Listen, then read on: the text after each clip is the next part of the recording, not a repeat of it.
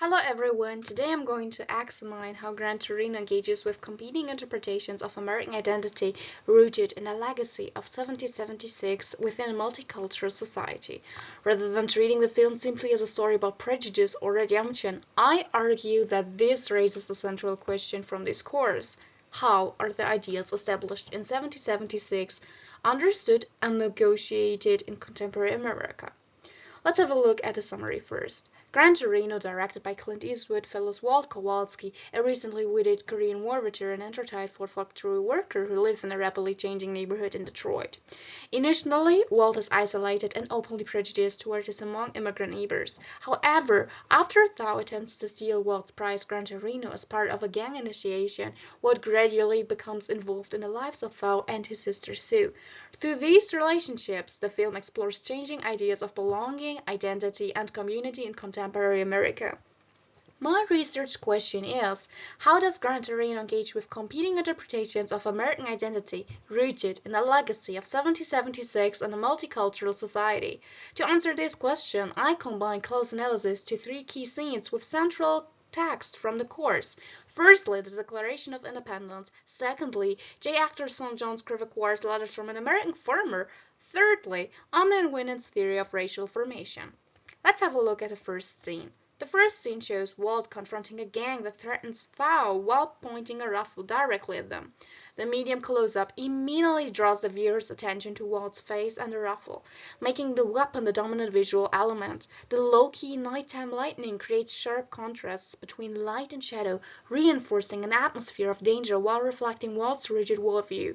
The background almost disappears in the darkness, visually isolating Walt from everyone around him and suggesting that he acts according to his own personal code rather than as a part of a community. From the viewer's perspective, this creates an ambivalent reaction.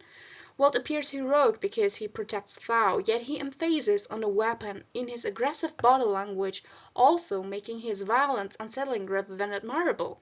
Eastwood therefore encourages the audience to question whether violence can truly uphold justice. This contradiction directly relates to the Declaration of Independence, which identifies equality, liberty, and the protection of individual rights as foundational American ideals. Walt believes that he is defending his neighborhood, but his actions are still shaped by prejudice or suspicion. The film therefore exposes the gap between America's founding principles and their imperfect realization in everyday social life. The tension can be further explained through Omi and Winant's concept of racial formation, which they define as socio-historical process by which racial categories are inhibited, transformed, and destroyed.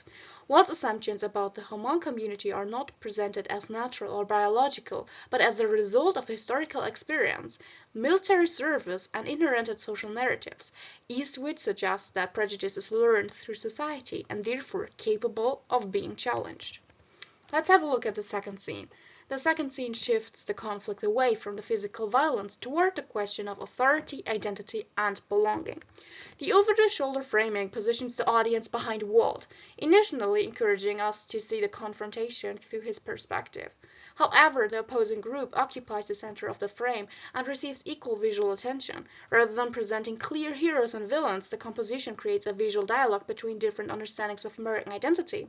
The physical distance between Walt and the young man reinforces the social boundaries separating them, while the balanced composition suggests that these boundaries are open to negotiate rather than to be fixed. This scene recalls Crèvecoeur's famous question, "What is an American?" Writing shortly after the Revolution, Crèvecoeur imagined America as a nation where people from direct backgrounds could become part of a new society. Gran Torino revisits this question more than 2 centuries later. Is Walt the embodiment of real American because he is white, a veteran, and a factory worker, or do Thao and Hmong community belong just as much to contemporary America? Rather than providing a simple answer, this film suggests that American identity cannot be reproduced or reduced to ethnicity or ancestry. Instead, it is continually renegotiated through everyday social relationships and participation within an increasingly diverse society. Let's have a look at the third scene. The final image presents a striking visual contrast to the opening confrontation. The medium-wide shot places both Walt and Thao comfortably within the same neighborhood space. Unlike the first scene, Walt is no longer visually isolated. Instead, both characters share the same frame, equally symbolizing coexistence rather than separation. The natural daylight replaces the darkness of the earlier confrontation, creating a calmer atmosphere and suggesting openness and reconciliation and hope. The balanced composition encourages the viewer to understand the relationship not as an exception, but as a possibility for the multicultural community. Returning to Crèvecoeur's question, the film now offers a tentative answer. Being American is no longer presented as something determined by race or cultural background, but by participation in a shared civic community built on trust and mutual responsibility. This transformation also illustrates Omi and Winant's argument that racial identities are socially constructed and therefore capable of changing. Walt has not forgotten his past, but his relationship with Thao demonstrates that long-established racial boundaries can be redefined through sustained human interaction. By ending with this shared visual space, Eastwood suggests that the visual first articulated in 1776 are not static historical achievements, but democratic aspirations that must continually be reinterpreted within an increasingly diverse America. To conclude, Gran Torino can be understood as a contemporary negotiation of the legacy of 1776.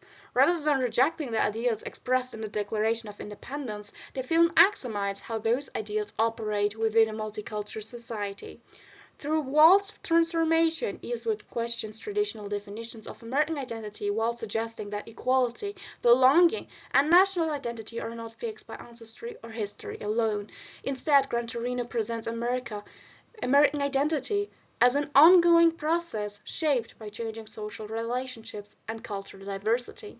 Ultimately, the film argues that the legacy of 1776 is not a completed historical project but one that continues to be debated, challenged, and redefined in contemporary America. Thank you for listening.